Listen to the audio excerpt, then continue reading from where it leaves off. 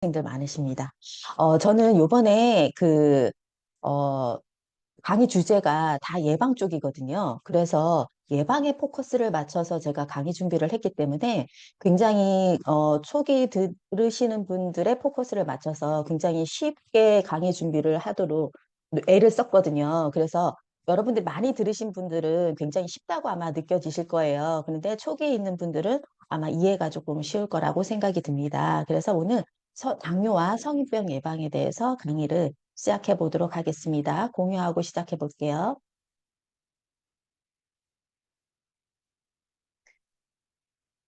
잘 보이시죠? 예, 시작해 보도록 하겠습니다. 당뇨 예방과 성인병 예방. 우리가 10년 뒤 심장병으로 사망할 확률이 9.8%고요.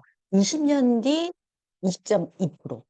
그리고 다른 만성질환의 씨앗이 되는 질환이고, 하지만 많은 사람들이 자신이 환자라는 사실을 알지도 못하는 이 질환이 과연 뭘까요? 한번 생각해 보세요. 대사증후군이라고 합니다. 복부 비만이거나 혈압이 높거나 혈당이 높거나 중성지방이 높거나 HDL 콜레스테롤 수치가 낮거나 이 중에 여러분들 세 가지 이상 해당되시나요? 한번 손가락으로 찝어 보시길 바래요. 여기에 세 가지 이상이 해당된다면 여러분들은 대사증후군입니다. 그러면 이 대사증후군이라는 건 인슐린 저항성 증후군이라 얘기를 하거든요. 이것은 인슐린 저항성이 근본적으로 원인으로 작용이 돼서 이런 질환이 생긴다고 추정을 하고 있는 거죠. 그러면 인슐린이라는 거는 뭔가? 인슐린이라는 거는 췌장에서 분비가 되거든요.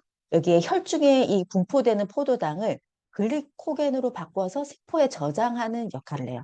그래서 세포가 사용함으로써 이 혈당을 낮추는 역할을 하는데 이 인슐린이 세포라는 곳에 들어가게 되면 이 인슐린 수용체와 결합을 해야지 작용을 할 수가 있고요.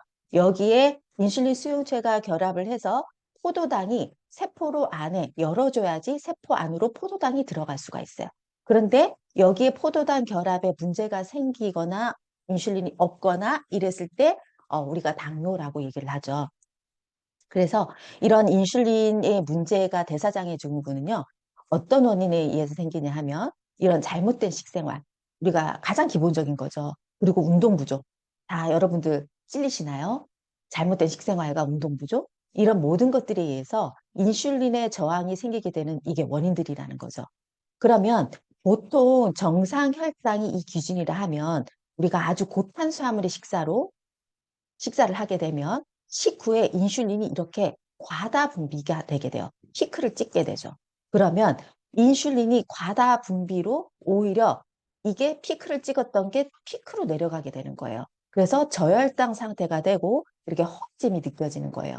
그래서 인슐린 피크를 찍었다가 피크로 내려갔다가 찍었다가 내려갔다 할수록 이 혈당의 정상 수치가 점점점 올라가시는 거 보이시나요? 찍었던 게 점점 고혈당으로 올라가게 되는 거야. 이런 악순환을 통해서 인슐린이 저항성이 생깁니다. 인슐린 작용을 제대로 하지 않는다는 거죠. 그래서 혈관에 이런 혈구와 이런 당들이 떠다니게 돼요. 이런 당들이 떠다니면 인슐린이 이런 세포 안으로 당을 갖다다 줘야 되는 거죠. 인슐린이. 그러니까 수용체와 작용을 해서 세포 안에 쏙 집어넣어 줘야 되는 거예요. 그래서 정상 상태일 때는 세포로 쏙 문을 열어서 당이 들어갈 수 있지만 인슐린 저항 상태에는 이렇게 혈액에 양이 많이 떠다니는데 인슐린이 세포한테 수용체가 결합하지 못해서 당이 세포 안으로 들어가지 못한 상태가 됩니다. 그래서 혈관에 이렇게 당이 많이 떠다니게 되는 상황이 되는 거죠. 그래서 고혈당, 혈관에 당이 많고 인슐린도 굉장히 많아요. 그런데 이게 작용을 안 하는 거죠. 우리 몸에. 그러면 어떤 증상을 느낄까요? 인슐린 저항 상태가 되면요. 식욕이 굉장히 계속 먹어도 땡겨요. 그리고 뭐가 되냐면 피로감이 지속적으로 올라갑니다. 그리고 지속된 이런 인슐린 저항성에 의해서 대사증후군이라는 게 생기고요. 이런 대사증후군으로 인해서 당뇨, 고혈압, 고지혈증, 염증, 심장질환, 뇌졸중 이런 질병들이 연계돼서 생기게 됩니다. 그러면 인슐린 저항성을 관리한다는 것은 곧 뭐를 관리한다? 혈당을 관리한다와 똑같이 생각하시면 됩니다. 그래서 혈당이 높으면 혈액의 점도가 어떻게 되겠어요? 끈적끈적해지겠죠. 그러면 혈액순환이 제대로 되지가 않아요. 그러면 혈액순환이 제대로 되지가 않으면 영양소가 제대로 공급이 되지가 않겠죠. 그 정도 들어가면 그러면 이런 미세혈관과 대혈관이 이렇게 합병증의 순서가 이렇게 미세혈관 다음에 대혈관 순서로 합병증이 나타나게 됩니다. 그래서 가천대학교 의과대학 논문 중에 보시면요. 제2형 당뇨병 환자 95명 중에 이렇게 미세혈관과 대혈관 합병증으로 인해서 평균 수명이 12년 단축될 수도 있다고 얘기를 합니다. 그래서 미세혈관부터 시작해서 대혈관까지 서서히 파괴하는 거죠. 미세혈관이 파괴되는 곳은 눈, 발, 우리가 심장보다 굉장히 먼 곳부터 시작이 되겠죠. 그리고 콩팥, 그리고 마지막에는 심혈관 질환까지 발생하게 되는 원인이 되는 거죠. 그러면 성병까지 연결이 되는 거죠. 그래서 제일 먼 곳에 당뇨병성 망막증이 있어요. 여기는 정상인 안구에서 이렇게 혈관들이 비정상적으로 굉장히 증식하게 되죠. 왜? 끈적끈적해서 혈액순환이 안 되게 되니까. 그러게 되면 점점 비정상적으로 혈관들이 발달하게 되고 이런 걸로 인해서 당뇨병 망막증이 생기게 됩니다. 그래서 미세혈관에 시작해서 대혈관으로 합병증이 이루어지는 거죠. 그래서 심혈관 질환의 사망률은요, 2 내지 2배 내지 4배 증가하게 되고요. 말기 심부전증의 50.2%가요. 당뇨에 의한 심부전, 어, 신장 부전이 생기고 족부궤양, 그다음에 족부 절단 가능성이 몇 배요? 10배나 올라간다 합니다. 어, 그래서 2022년 대한당뇨학회학술대회에서 보면요. 이 나이 들음에 의해서 올라가는 수치도 많겠지만 이런 젊은 당뇨병 환자가 굉장히 빠른 속도로 증가하고 있대요. 이게 너무 심각하죠. 그래서 고려대학교 이 안암병원의 김남훈 교수라는 분이 20대에서 39세의 젊은 당뇨병 발생률이요. 22% 증가했고 이 유병률 또한 지난 10년간 2배가량 늘어났다고 합니다. 굉장히 심각한 상태죠. 당뇨병 진단 나이가 체질량 지수가 나이가 어릴수록 높고요. 역삼, 역상관관계가 있대요. 그러면 젊은 당뇨병일수록 비만과 더욱 강렬하게 연관되어 있다는 거예요. 그래서 이런 비만 관리가 이런 당뇨 관리도 될 수 있고 어렸을 때 이 비만이 이게 어떻게 관리하는가가 너무너무 중요한 만성질환을 가는 걸 예방할 수 있는 너무 중요한 거죠.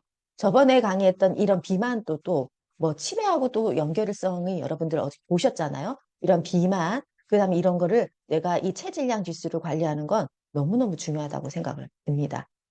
소아청소년 환자는 당뇨병성 신증이라든지 망막병증, 이런 말초신경병증, 이런 미세혈관의 합병증이 위험이 1형 당뇨병을 진단받은 이들보다 2배 이상 굉장히 높았다고 하고요. 이로 인해서 젊은 당뇨병 환자는 조기 사망할 위험이 굉장히 크다고 합니다. 50세 이상에서는요, 당뇨병 23%, 당뇨병 전 단계가 51%. 그러면 50대 이상의 10명 중에 7, 8명은 혈당 관리가 지금 현재 필요한 상황이라는 거죠. 주위에 보시면 당뇨 전 단계에 있는 분들이 굉장히 많거든요. 그런데 나이가 든 분들보다 요즘은 진짜 40대, 30대도 굉장히 많은 것 같아요. 그래서 이런 당뇨병 전 단계라는 건 혈당이 당뇨병을 진단할 정도 높진 않지만 정상 혈당보다 높은 경우를 얘기를 해요. 그래서 당뇨병 전 단계 환자의 25% 내지 40%는 5년 이내에 당뇨병으로 진행할 수 있다는 거죠. 그러면 이런 30세 이상 성인 중 43.3%, 65세 이상 성인 중 50.4%가 당뇨병 전, 그럼 2명 중에 1명은 거의 당뇨병 전 단계라는 얘기인 거죠. 그래서 미국 당뇨병 학회에서 당뇨는 완치할 수 있을까요? 이러한 질문에 이렇게 관리를 해서 5년 정도 이상을 유지를 하면 완치를 할 수 있다고 예상을 합니다. 그런데 요즘은 사실 완치라기보다는 지속적으로 관리라는 개념이 더 중요하다고 생각하거든요.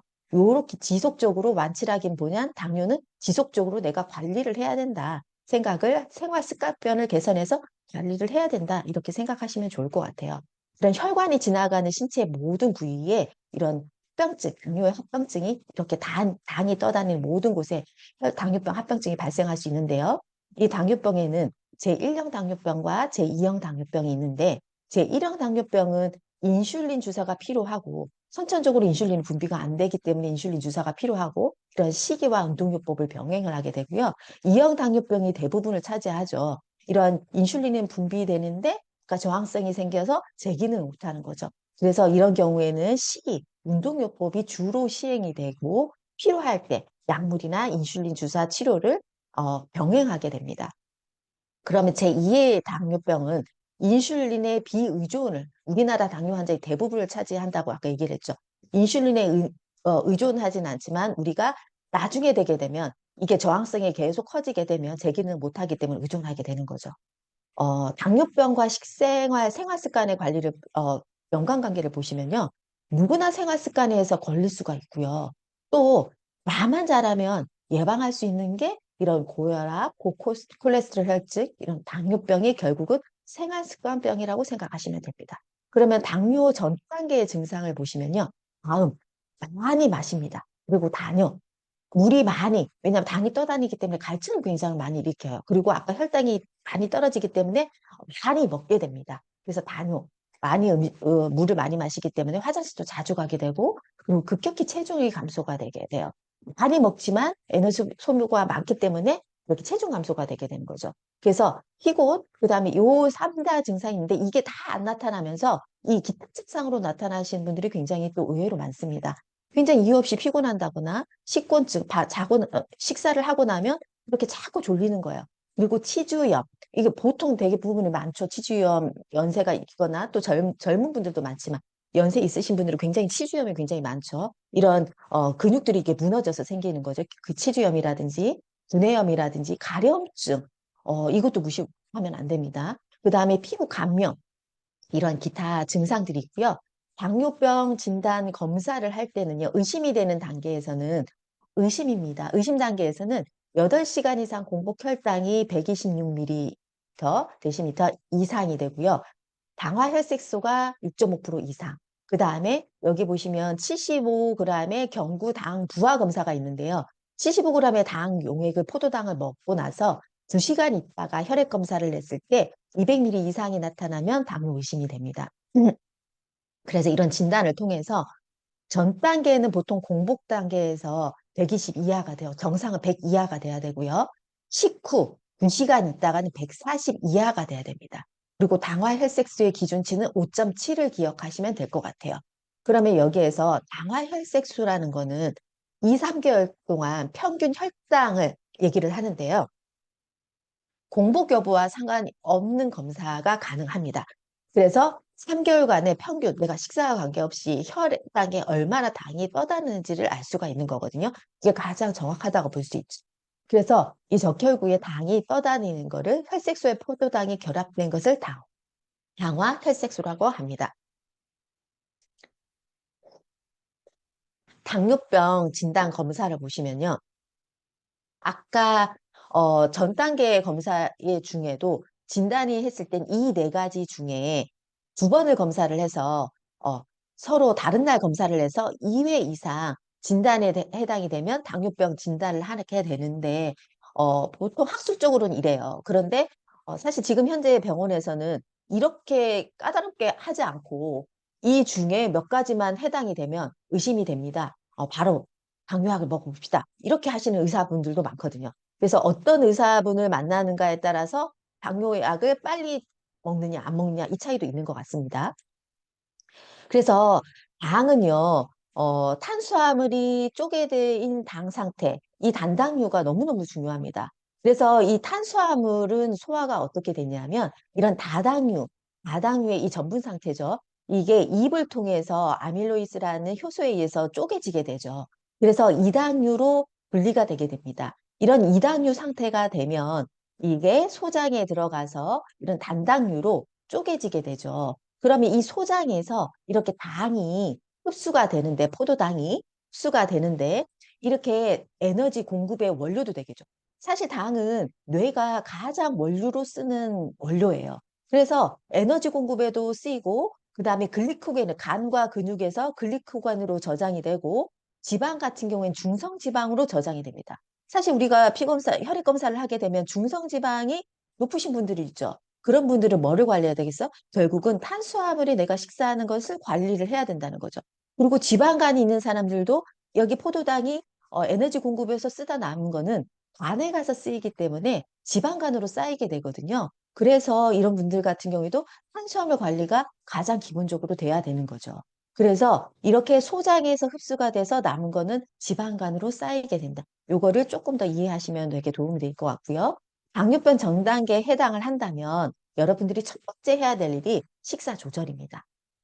그리고 운동, 체중 감량 등 생활 습관 개선해서 당뇨병을 예방을 해야 된다는 거죠. 그러면 이런 생활 습관을 관리하는 게 사실 뭐보다 약물 치료보다 2배 정도가 효과 있습니다. 데이터를 보시면 위약분, 우리가 가짜 약이죠. 가짜 약을 섭취했을 때, 그 다음에 당뇨약을 처방을 받고 치료했을 때, 내가 생활 습관을 관리해서 치료를 했을 때, 관리를 했을 때 보면 2배 정도의 효과를 볼 수가 있습니다. 그래서 처음에는 어떤 약보다는 내가 생활 습관을 관리하는 게 너무너무 중요하다는 걸 보실 수 있고요. 당뇨병 발생 위험의 30% 정도가 아까 약물 치료를 했을 때는 30% 정도가 감소가 되고 생활 습관을 처리했을 때는 위험이 몇 프로요? 58% 정도 감소가 된답니다. 얼마나 생활 습관이 중요한지 예방이 중요한지 여러분들 아시겠죠? 그래서 너무너무 중요하고요. 당뇨병 전 단계의 관리를 보시면 아까 첫 번째 생활 습관 관리. 그러면 철저한 식이요법이 따라와야 된다는 거죠. 이러한 식이요법은 식이요법과 운동요법. 당뇨에는 운동요법이 너무 중요합니다. 당뇨에는 중증도의 강도의 운동입니다. 우리가 그냥 서서 그냥 얘기하면서 걷는 게 아니라 중증도 되게 숨이 차고 날 정도. 얘기, 옆 사람과 얘기하지 못할 정도의 숨이 찰 정도의 운동을 주 150분 이상 하셔야 됩니다. 그래서 요 정도의 운동을 해서 내가 대퇴 다리의 근육량을 강화시키면 당이 거기에 대퇴 근육에 많이 쌓이겠죠. 그러면 당뇨 예방을 할 수 있는 방법이 되는 거죠. 그래서 우리가 중증도 강도 이 정도의 운동을 하도록 얘기를 하고요. 그 다음에 체중 조절. 나 체중 조절로 내 당뇨 전 단계니까 관리해 보겠어 이랬을 때는 본인 체중의 10% 정도의 감량을 목표로 하시면 됩니다. 그래서 과체중 비만일 경우에 내 체중의 10% 감량을 하면 당뇨가 전 단계에서 정상 수치로 올 수 있다는 거죠. 그래서 이 생활 습관의 관리를 한 다음에 이도 안 되면 약물요법으로 들어가게 됩니다. 그래서 당뇨 발생 위험 증가가 매년 10%가 당뇨병으로 진행이 됐는데 발생을 했을 때 내가 5년 후, 10년, 매년 5년 후 10%가 발생을 하게 되고 내 심뇌혈관 질환 발생 위험 증가가 10년 경과했을 때 약 11% 정도에서 심혈관 질환이 발생을 한다 합니다. 아까 미세혈관에서 대혈관을 간다 했잖아요. 11% 정도가 심혈관 질환까지 발생이 되고 그래서 적절한 관리를 하면 당뇨병 예방이 관리가 가능하다는 거죠. 탄수화물 섭취는 그럼 전문가들이 권고량은 어떻게 되냐면 외국 같은 경우에 45에서 사실 6, 70%가 정도가 돼요. 하지만 쌀이 주식인 우리나라에서는 50 내지 65%가 되는데요. 이런 올바른 식이요법에서 보시면 혈당 조절이 첫 번째죠. 그래서 탄수화물이 많이 함유된 식품을 한 번에 중요합니다. 이게 한 번에 많이 먹지 않는 게 굉장히 중요합니다. 왜냐하면 한 번에 많이 먹게 되면 그러니까 탄수화물이 단당류를 조게 돼서 혈당 스파이크를 일게 되죠. 최고점을 찍게 됩니다. 그거를 줄이기 위해서 한 번에 많이 먹는 걸 먹지 않는 게 가장 중요합니다. 그리고 올바른 식이요법을 보시면 탄수화물은 식후 혈당에 직접적인 영향을 주고요. 이런 소화된 바로 혈당을 올리는 영양소에 들어가겠죠. 소화된 후 바로 혈당을 올리는 주범이 되는 거죠. 그래서 이 올바른 영양을 내는 대표적인 3대 영양소가 탄수화물, 단백질, 지방이죠. 이러한 매일 먹는 흔한 음식을 그러면 우리가 식이요법이라는 걸 어떻게 건강하게 우리가 먹을 것인가 이게 너무 중요하잖아요. 이러한 복합 당질에는 당 입자가 이렇게 아까 쪼개져서 다당류로 연결되어 있는데 이런 당이 분해돼서 흡수되는 데는 시간이 필요해요. 그래서 이런 복합당 성질을 먹어주면 좋겠죠. 이런 단순 당질은 입자가 굉장히 쪼개져서 소화 과정을 거의 거치지가 않아서 바로 흡수가 되죠. 그래서 혈당을 급격하게 올리는 상태가 됩니다. 그래서 우리나라 연령을 봤을 때 평균적으로 에너지 섭취를 하는 거 봤을 때 탄단지를 봤을 때 탄수화물, 단백질, 지방을 봤을 때 보통 어르신들을 보시면 65세 이상은 탄수화물이 몇 프로까지 77%까지 많이 차지한다는 거죠. 그래서 우리나라 사람들이 탄수화물 섭취 비율이 서서히 줄어들고는 있지만 전반적으로 굉장히 많이 차지하고 있습니다. 그래서 전체 탄수화물 소비에 비해서 이런 전곡류라 하면 도정되지 않는 곡물을 얘기합니다. 비율은 굉장히 작다는 거죠. 그러면 이거를 어떻게 예방을 할 수 있을까? 이런 복합당질, 당이 연결되어 있는 시간이 급격하게 올리지 않는 이런 복합당질의 형태의 전분을 먹어주면 좋겠죠. 그래서 이런 전곡류, 도정되지 않는 곡물을 봤을 때는 이런 쌀룬이라든지 이런 백미라든지 왕겨가 같이 들어가 있는데 쌀룬에 모든 영양소가 이렇게 들어가 있어요. 그러면 이 알갱이에 이런 전곡류 형태로 섭취를 하게 되면 포만감도 올라가고요. 비타민 무기질 함량도 굉장히 높고요. 섬유질이 이런 당 흡수를 방해를 해서 혈당을 천천히 올리게 됩니다. 왜냐하면 이 쌀룬에는 이런 비타민 A, C, D라든지 비타민 B군이라든지 이런 영양 성분들이 굉장히 많거든요. 그리고 쌀 껍질 가지고 왕겨 같은 경우에는 이런 섬유질이라든지 이런 게 많이 포함이 돼서 이런 혈당을 천천히 올리게 된다는 거죠. 그래서 그다음에 네 번째 보시면 혈중 콜레스테롤을 낮추는 역할도 하고요. 섬유소가 장을 자극해서 변비를 예방을 하기도 해요. 그래서 이런 전공이 도정되지 않는 곡물을 먹는 거를 추천을 하고요. 이런 전곡류 섭취를 늘리면 이 또한 당뇨병 예방 효과를 볼 수가 있는 거죠. 그래서 아까 탄수화물 섭취가 굉장히 많은 어르신들 같은 경우에 이런 전곡류 형태로 바꿔주는 것도 도움이 되겠죠. 그래서 같은 양의 흰쌀밥과 잡곡밥과 현미밥을 비교를 해봤을 때 열량과 당질은 동일을 한데 양 관리가 필요하고요. 이러한 게 혈당을 천천히 올리는 우리가 잡곡밥이나 현미밥으로 바꿔보는 건 어떨까 하고 제안을 드리고요. 이런 여기에 보시면 당 지수라는 게 있어요. 우리가 음식을 먹을 때 이런 당 지수를 우리가 알고 섭취하는 것도 너무 중요하겠죠.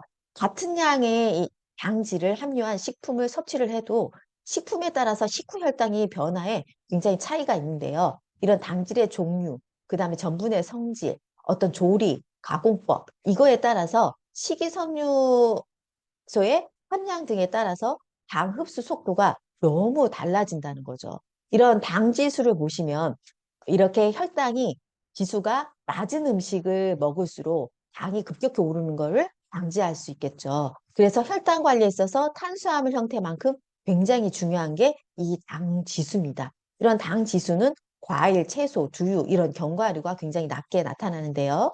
이런 당 지수를 낮추는 방법에는 흰밥보다는 잡곡밥, 흰빵보다는 통밀빵, 탑쌀보다는 맵쌀을 선택하는 게 굉장히 좋고요. 채소류, 해조류, 우엉 등 식이섬유가 함량이 높은 식품을 선택을 하고요. 주스 형태보다 생과일, 생채소, 껍질째 먹는 걸 또 더 좋겠죠. 잘 익은 과일은 당도가 굉장히 높습니다. 그래서 그냥 너무 익으면 당이 급격히 올라가니까 이런 당도 높은 과일은 피하는 게 좋습니다. 그래서 당 지수를 낮추는 방법에는 식사 시 한 가지 식품만 먹기보다 골고루 조금씩 먹는 걸 추천하고 천천히 꼭꼭 30번 이상 씹어 먹는 거를 권장합니다. 그래서 과일 섭취가 당뇨 위험을 크게 높이지는 않지만 적당히 보통 당뇨 환자들은 종이컵 있죠. 내가 과일을 아예 금지시킬 수는 없잖아요. 종이컵에 하나 정도의 양을 추천하면 됩니다. 그러면 수박이나 이런 것도 뭐 한 조각이 다 안 들어가겠죠. 그 정도 양을 하루에 먹을 양이라고 측정을 하시면 될 것 같습니다. 그래서 이런 당 지수는 각 식품 중에 탄수화물 50g을 섭취한 후 2시간 동안 혈당 변화를 포도당 50g을 섭취한 경우 100으로 했을 때 이 수치를 얘기를 하는데요. 당 지수가 높을수록 소화가 굉장히 빨리 된다는 거고요.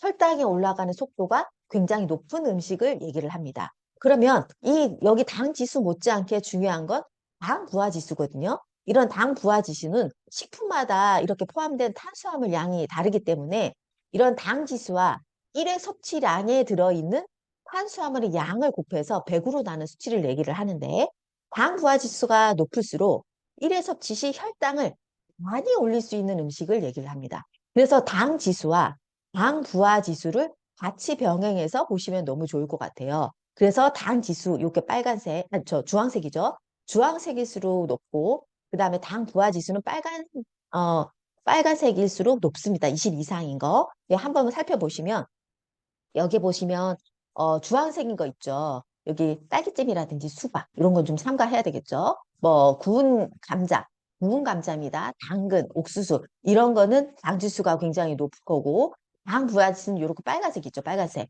이런 것들이 당 부하 많은 양을 먹게 된다는 거죠. 이런 거 같은 경우는 삼가하는 거. 이건 나중에 꼼꼼히 한번 살펴보세요. 그래서 당뇨병 위험을 낮출 수 있는 것들이 이렇게 보시면 이렇게 전체적으로 보시면 위험이 높은 게 붉은 고기죠. 당뇨병 위험이 높은 음식들입니다. 가공되지 않는 붉은 고기들은 굉장히 당뇨병 위험이 높은 음식들이고 여기 보시면 해산물이라든지 그거에 비해서 생선이나 해산물은 공존이 낮은 쪽으로 들어가죠. 흰쌀밥은 이렇게 당뇨 위험성이 높은 거, 녹색 잎채소라든 채소류는 위험성이 낮은 쪽으로 들어갑니다. 그리고 여기 보시면 이렇게 유제품 같은 경우에는 굉장히 낮은 쪽에 들어가지만 동물성 지방이 함유가 많아서 콜레스테롤과 체중을 높일 수 있다는 거죠. 그래서 과량 섭취하면 안 되게끔 나와 있습니다. 그리고 어, 여기 설탕 가당 음료 있죠. 가당 음료, 당이 많이 들어있는 이런 거는 굉장히 당뇨병 발생 위험을 높인다고 나올 수 있고요. 그리고 비타민 D 같은 경우에는 혈중 비타민 수치가 굉장히 높을수록 제2형 당뇨병 발생 위험도가 낮다고 나와 있고요. 예, 술이라든지 이런 술이 혈당을 많이 올리지는 않지만 이런 곡주이죠, 곡주. 곡주라든지 과실주는 당분과 당질이 굉장히 많이 함유되어 있습니다. 그래서 혈당을 높일 수가 있는 거죠. 그래서 우리가 식품을 드실 때 이런 영양 성분을 굉장히 꼼꼼하게 보시는 것도 굉장히 도움이 됩니다. 그래서 이런 그릭 요거트 같은 경우에도 이 탄수화물이 16g인데 당이 몇 프로예요? 6이에요. 식이섬유는 하나도 없습니다. 여기도 보시면 탄수화물이 여기도 37g인데 37g이 당입니다. 그래서 요거를 꼼꼼하게 챙겨봐 주시는 게 너무 중요하고 저희 바티키 같은 경우에 탄수화물이 26g 중에 당류가 11g이고 식이섬유가 5g 들어가 있죠. 그래서 굉장히 다른 식품하고 조금 차별화된 식이섬유가 이걸 좀 차단시켜 주겠죠. 그리고 저희 음료 같은 경우에도 어, 탄수화물이 2g 중에 당이 아예 있지 않고 식이섬유가 1g. 그래서 이런 영양 성분을 꼼꼼히 챙겨보시는 게 굉장히 도움이 되고 그래서 당뇨를 과다하기 쉽기 때문에 이런 식이섬유, 부족하기 쉬운 이 식이섬유를 꼼꼼히 챙겨보시는 것도 도움이 되고 이런 걸 좀 알려주신 것도 도움이 되겠습니다. 그래서 영양성분표라는 건 가공식품 영양성분표를 확인을 하고요.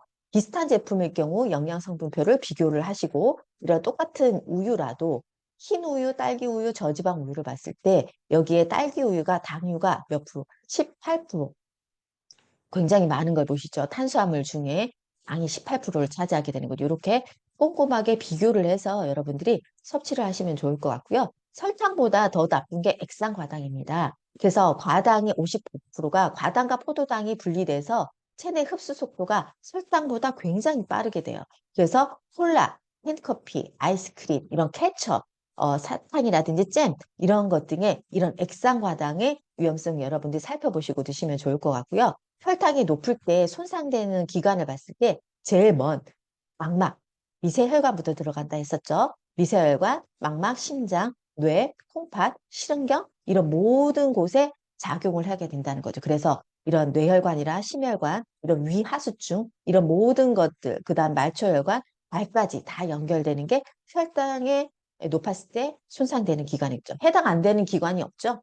그래서 당뇨 위험 요인을 보시면 과체중, 그 다음에 직계 부모 중에 있을 경우, 그 다음에 내닦는 장애, 과거력이 있거나 임신성 당뇨병이 있거나, 그 다음에 고혈압, 이거 합병증으로 또 오게 되죠. HDL 콜레스테롤 혹은 중성지방이 있거나 인슐린 저항성, 여기에 보시면 인슐린 저항성이 생기는 경우가 가능성 단소 증후군도 있습니다. 그리고 심혈관 질환, 그 다음에 약물 이런 거에 의해서 위험 요인이 됩니다. 그래서 이런 위험 요인을 우리는 생활 습관을 통해서 줄여야 되겠죠. 조절할 수 없는 위험은 사실 나이나 유전이에요. 하지만 우리가 조절할 수 있는 건 생활 습관이고 비만, 과식, 스트레스, 이런 운동 부족, 이런 모든 것들은 사실 우리가 조절할 수 있는 거잖아요. 그래서 우리는 이런 할 수 있는 위험 요인에 포커스를 맞춰야 되는 거죠.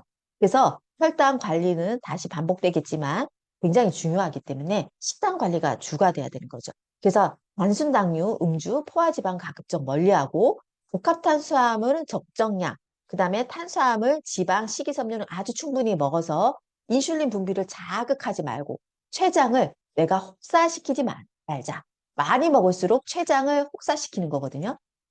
그래서 운동을 했을 때 이렇게 운동을 하지 않았을 때에 비해서 식후 혈당이 굉장히 떨어지는 걸 볼 수 있죠. 그래서 규칙적인 운동은 혈당을 낮춰주고요. 아까 3회 150분 숨이 찰 정도의 운동 필요합니다. 그래서 허벅지 근육은 섭취한 포도당의 70%를 소모를 시켜요. 그래서 운동할 때 근육에서 분비되는 호르몬이고 염증을 억제시키고 인슐린 저항성을 감소시킵니다. 그래서 이런 영양, 혈당을 조절할 수 있는 영양을 보시면요. 식생활 속에서 채소, 과일, 육류 등의 여러 가지 식재료를 통해서 혈당 조절에 도움이 되는데요. 인슐린 저항성을 개선시키는 것, 비타민 D, 크롬, 마그네슘 이런 것들이 있고요. 혈관 자체를 건강을 관리하는 건 비타민 B군과 비타민 C가 있습니다. 그러면 여기에서 이 바나나 잎이라는 게 있죠. 이 바나나 잎은 인도 필리핀에서 자생하는 열대 식물인데요. 수백 년 전부터 민간요법에서 당뇨병 치료 약재로 사용했었고요. 이 바나나 잎은 차나 건강식품 원료로도 쓰이기도 하고, 이거는 혈당 상승을 억제시키고요. 체지방을 감소시켜줍니다. 그래서 이 바나바 잎에는 이 코르솔산이라는 게 있는데 이게 천연 식물성 인슐린이에요. 그래서 이게 혈당을 15일 먹었을 때 혈당 수치를 30% 감소시키고요. 체지방, 체중의 10%, 내장 지방, 피하 지방을 15% 감소시켰다고 인증받은 제품입니다. 그래서 여기에 보면 바나바 이 추출물은 기능성으로 식후 혈당 삭승 억제에 도움을 줄 수 있다고 인증받았고요. 이런 코르솔산은 이당류를 반당류로 전환시켜 흡수하는 것을 도와주는 효소인데 이 효소를 억제하면서 소장에서 포도당 흡수를 지연시켜서 식후 혈당 개선에 효과적인 작용을 하는 거죠. 이 코르솔산의 작용을 억제하는 거. 그래서 여기에 저희는 꼭 꼼꼼하게 여기 아까 필요한 혈관에 혈당 상승을 억제하는 바나나 잎과 멀티비타민, 아까 크롬, 아연, 크롬 굉장히 도움된다 했죠. 아연, 셀레늄, 비타민 B군을 넣어서 대사가 되게 만들었고 거기에다가 이눌린 성분을 넣어서 이눌린 성분을 더 부원료로 넣어서 혈당 조절에 도움이 되는 셀레늄, 아연, 크롬을 넣어서 인슐린을 분비를 잘 되게 만들어주고 췌장에서 그게 셀레늄의 역할이고 아연 같은 경우에 인슐린 분비, 췌장에서 만들어진 인슐린이 안정적으로 분비되게 만들어주고 크롬은 인슐린이 포도당 안으로 세포 안으로 들어갈 수 있게끔 도와주는 크롬을 넣었고요. 여기에서 식후 혈당 개선이 되는 이스트라는 성분을 넣었습니다. 자, 그래서 우리가 이거를 하다 보면 가장 중요한 게 아까 탄수화물이라 했죠. 그래서 이 굿모닝에 이 첫 번째 단백질 섭취가 너무너무 중요한 거죠. 그래서 당뇨에는 당 수치를 안정시키고 아까 근육을 발달시켜야 된다 했잖아요. 대퇴 근육을 발달시킬 때 이 그리고 체중 조절까지 가능하는 이 굿모닝의 이 단백질 충전이 그거의 이 습관의 건강 루틴의 습관이 하나라고 생각이 됩니다. 당뇨를 예방할 수 있는. 자, 그래서 정리를 해보겠습니다. 균형 잡힌 식단으로 제때 식사하기. 그래서 아침, 점심, 저녁 이런 당뇨병 예방을 위해서 균형 잡힌 식사를 골고루 하는 게 너무 중요하고요. 꾸준히 운동으로 신체 활동을 늘리고 적정 체중 관리와 허리 둘레를 유지하도록 해야 됩니다. 그래서 운동으로 체중 관리, 허리 둘레 균형 너무 중요합니다. 그리고 나쁜 생활 습관을 피하고 좋은 생활 습관을 길러서 유지하는 게 좋겠죠. 아까 수면, 잠을 잘 자고 식이섬유 섭취하고 염분을 줄이고 금연, 그다음에 스트레스 관리가 중요합니다. 그래서 생활습관 개선과 더불어 정기적인 우리가 검진도 너무 중요한 것 같아요. 내가 그냥 추측해서 내가 증상이 안 나타나면 사실 눈으로 보이는 게 아니잖아요. 그래서 가끔씩 혈당을 측정해서 정기 검진이나 내가 측정을 할 수 있는 게 너무 중요한 것 같습니다. 그리고 두 번째로 사실 우리가 당뇨병과 성인병은 혈관 건강이 필수인 것 같아요. 당뇨병도 아까 혈액에 떠다니는 당이 문제라 했죠. 그래서 혈액이 건강해야 결국은 성인병으로 가는 것도 예방이 가능하다는 거죠. 2배 오래 산다는 거죠. 그래서 사람은 혈관과 함께 늙는데요. 우리 순환계통을 보시면 1분 만에 심장이 돌고 그리고 10만 킬로의 혈관이 우리가 전체 혈관에 떠다니죠. 그리고 5리터의 우리가 혈액을 갖고 물을 갖고 있고 그리고 여기 보시면 이 혈관을 통해서 영양소도 흡수를 하지만 산소와 영양소도 흡수하지만 이런 노폐물을 배설을 하는 것도 이 혈관을 통해서 이루어지고 있습니다. 그래서 혈행 건강에 문제가 생기면 이 혈관벽이 미세하게 이렇게 손상을 일으키게 돼요.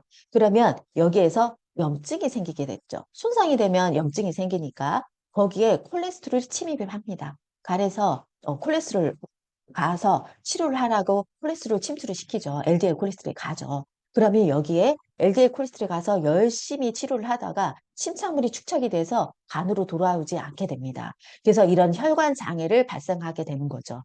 그런데 이런 혈관에 대혈관에 문제가 생기면 우리 인체는 이런 유령 혈관을 만들게 돼요. 근데 이런 유령 혈관은 혈액이 흐르지가 않아서 혈관벽이 얇아져서 점점 사라지는 혈관이에요. 그러니까 말 그대로 유령이에요. 제대로 흐르지 않는 혈관인 거죠. 그래서 모세 혈관이 이런 유령 혈관으로 굉장히 바뀌게 되면 이런 혈액, 영양소와 산소도 공급이 되지 않고 노폐물도 배설이 되지 않게 됩니다. 그래서 한국인의 건강 수명을 위협하기 시작하는 게 이런 혈액 건강의 문제의 시작이라는 거죠. 이런 혈압, 중성 지질, 콜레스테롤, 이런 혈당 모든 것들이 이 혈행 건강의 문제부터 시작이 되는 거죠. 그래서 이런 고혈압 같은 경우에는 30대에도 11%, 요즘은 사실 20대도 많더라고요. 10대도 있어요. 40대는 20%. 그래서 고혈압은 사실 젊다고 비켜나지도 않고 아까 당뇨도 그랬지만 젊은 층 고혈압도 굉장히 많아지고 있고요. 나이 불문하고 꾸준히 관리를 하는 게 너무 중요하다고 생각합니다. 이런 콜레스테롤 또한 혈중 콜레스테롤을 낮추려면 이런 포화지방 섭취량도 함께 제한을 해야 되고 이런 혈관 관리도 굉장히 중요하다고 생각이 되고요. 이런 중성 지질 같은 경우에는 점도가 그러니까 탄수화물의 섭취가 굉장히 많아지면 중성 지질이 높아진다 얘기를 했잖아요. 그러면 점도가 끈적거리게 되겠죠. 이런 점도가 끈적거려져서 혈액의 흐름이 느려지겠죠. 그러면 LDL 콜레스테롤의 생성이 촉진이 되고 이게 HDL 좋은 콜레스테롤의 분해를 촉진을 하게 됩니다. 그렇게 되면 이런 중성지방의 수준이 높아지면서 이런 탄수화물 위주의 식사로 중성지방이 높아지게 되겠죠. 그래서 이런 혈관을 죽이는 6가지, 6가지 무섭죠. 설탕, 소금, 그 다음에 스낵 종류, 그 다음에 스트레스, 그 다음에 흡연, 그 다음에 우리가 의자 중독이라고 하죠. 의자에 계속 앉아있고 운동하지 않는 이런 6가지 습관을 내가 개선을 해야 되겠죠. 그래서 이런 혈관 건강에 도움을 주는 영양소로 봤을 때요. 혈행 개선에 도움을 주는 영양소는 오메가3, 그 다음에 은행잎 추출물, 그 다음에 GLA 브랜드 이런 게 도움이 되고요. 중성 지질의 건강에 도움이 되는 것 오메가3, 그 다음에 혈압 건강에 도움이 되는 것 마늘, 코엔자임 Q10, 지질 산화에 방지되는 건 비타민이나 코엔자임 Q10, 그리고 호모시스테인의 건강에 도움이 되는 것 비타민 B6, 12, 엽산이 있을 거고요. 콜레스테롤 건강에 도움이 되는 것 GLA나 레시틴 이런 등이 있습니다. 그래서 이런 오메가3의 기능을 보시면 사실 쫙 보시면 항혈전에도 도움이 되고 혈소판에도 도움이 되고 이게 도움이 안 되는 기관이 없는 게 오메가인 것 같아요. 근데 오메가를 여러분들이 섭취하기 위해서 저도 깜짝 놀랐던 게 있거든요. 오메가3를 많이 섭취하기 위해서 여러분들 뭐를 드시나요? 사실 고등어 많이 드시지 않나요? 우리 생선 많이 먹잖아요. 그런데 생선에 어디에 많이 쓸까요? 보통 저는 생선하면 그 등이 있죠. 생선 등 비늘하고 사이에 저는 그 껍질이 많다고 생각했거든요. 근데 껍질이 많이 없고요. 어디에 많이 있냐면 생선 눈알, 그다음 머리. 너무 여러분들 생선 드실 때 눈알하고 머리 드시는가요? 안 드시죠. 그래서 저희는 그걸로 많이 섭취할 수 없대요. 그런데 이 오메가3를 섭취하기 위해서는 아까 DHA하고 EPA라든지 그런 성분들을 먹어야 되는데 그렇게 또 섭취하게 돼서는 인체 내에서 많은 영양소가 필요하다는 거죠. 그거를 분해해서 흡수를 해야 되니까. 그러면 우리는 품 형태로 섭취하면 너무 편하잖아요. 그래서 이러한 오메가3의 기능을 한번 공유를 여러분들이 소비자나 저 또한 그거를 몰랐었기 때문에 열심히 그 껍데기를 먹기 위해서 애썼던 그 기억이 있습니다. 그래서 오메가3는 이런 혈관 건강에 굉장히 도움이 되고, 그다음에 이런 거를 통해서 간 건강, 왜냐하면 오메가3가 이런 지방이나 인슐린이라든지 장 미생물과도 또 연결이 되어 있습니다. 그래서 심혈관 건강에 도움이 되고요. 이런 오메가3는 인증받은 거죠.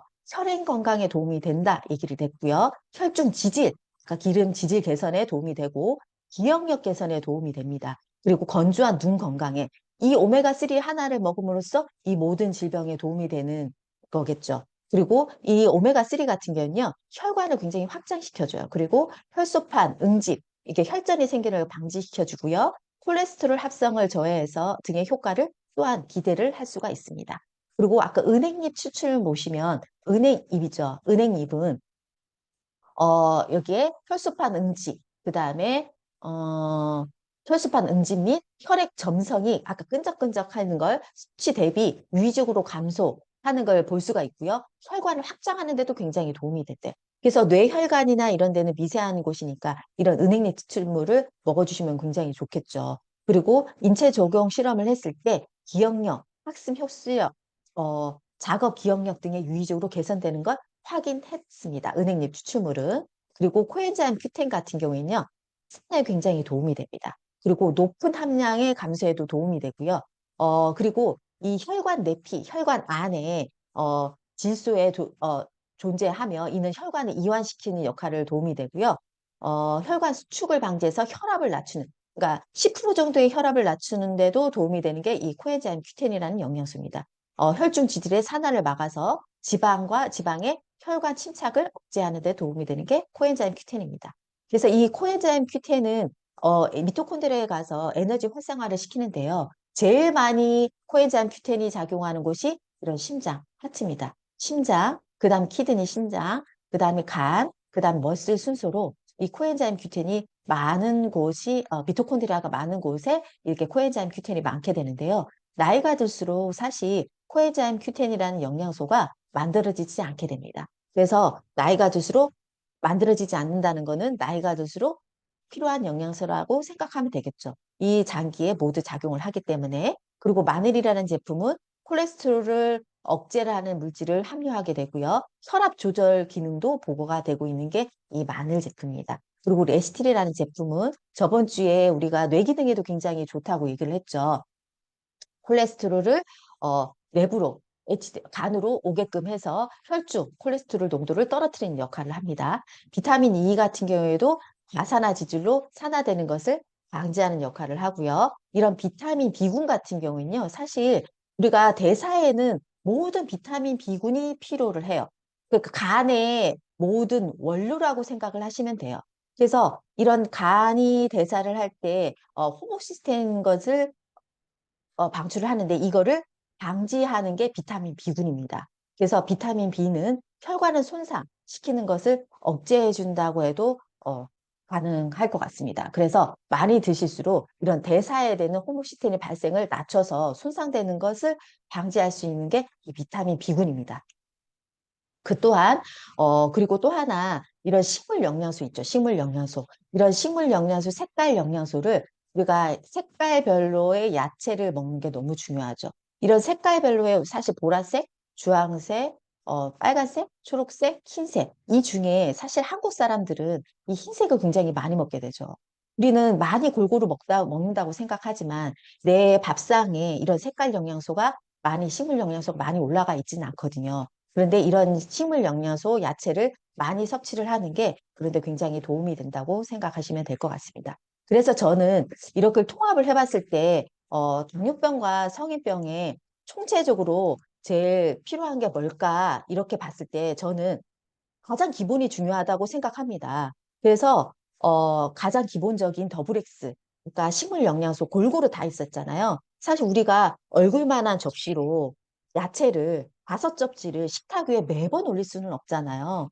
그래서 그거에 가장 기본적인 더블엑스의 식물 영양소가 다 들어가 있고 아까 그 당뇨병과 모든 근육과 이런 거를 채워줄 수 있는 면역의 기본인 단백질 그리고 혈행 무시할 수 없죠. 전체 내 건강을 좌지우지하죠. 거기에 오메가 그리고 식물 이게 식이섬유 내 장이 깨끗해야 모든 영양소를 흡수할 수 있잖아요. 그래서 저는 기본이야말로 당뇨병과 너희 성인병을 예방할 수 있는 이 기본이라고 생각하고 이 기본에다가 내가 뭔가가 부족하면 거기에 추가로 내가 추가해서 제가 먹는 게 가장 좋다고 저는 생각합니다. 저는 어, 저는 그래서 이 세 가지, 네 가지 제품을 넣어봤고요. 진짜 3주 동안 여러분들 너무 고생하셨고요. 저는 오늘 이것으로 마무리하도록 하겠습니다. 오늘도 감사하게 또 빨리 끝났네요. 감사한 하루 오늘 마감 잘 하시길 바라고요. 감사합니다. 들어주셔서 감사합니다. 네. 우리 또 3주 너무 고생 하신 우리 김명희 리님께 큰 박수 부탁드립니다. 네. 또 우리 오늘 이제 2월 마지막 날이니까 또 3월 달부터 바로 연속으로 우리 뉴트리 웰리스 교육 진행되거든요. 신제품부터 시작해서. 자, 오늘도 우리 리님들 마감 잘 하시고 또 우리 3월 봄 되면 봅시다. 수고하셨습니다.